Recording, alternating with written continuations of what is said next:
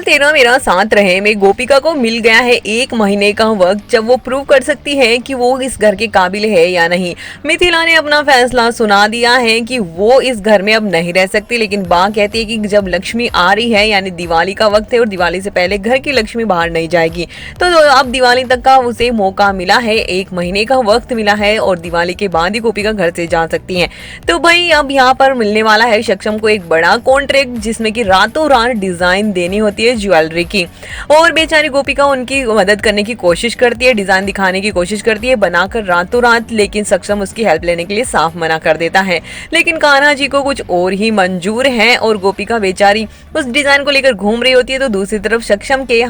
पास में कॉल आ जाता है कि डिजाइन भेजी या नहीं। तो डिजाइन उसके पास होती नहीं है, लेकिन गोपिका वहां पर सीढ़ियों से ऊपर चढ़ रही होती है और वो उसके हाथ में बनी हुई पेपर पर डिजाइन उड़कर आ जाती है सक्षम के हाथ में, और वो वीडियो कॉल पर होता है और वो डिजाइन उस जो ऑनर जो कॉन्ट्रैक्टर होती है उनको उसके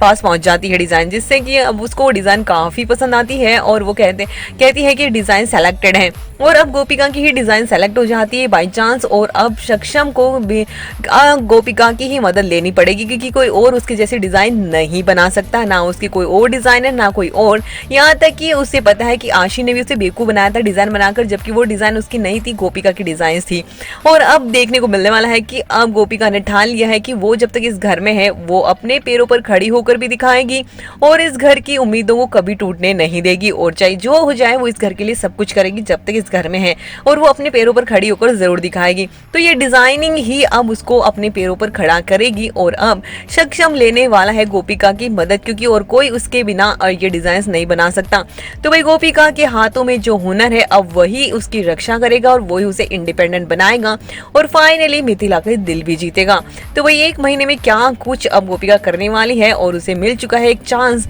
जब वो सक्षम की मदद करके प्रूव कर देगी कि वो ऐसी ही वैसी नहीं है और उसमें काफी काबिलियत है, और यहीं से उसकी एक नई शुरुआत होगी।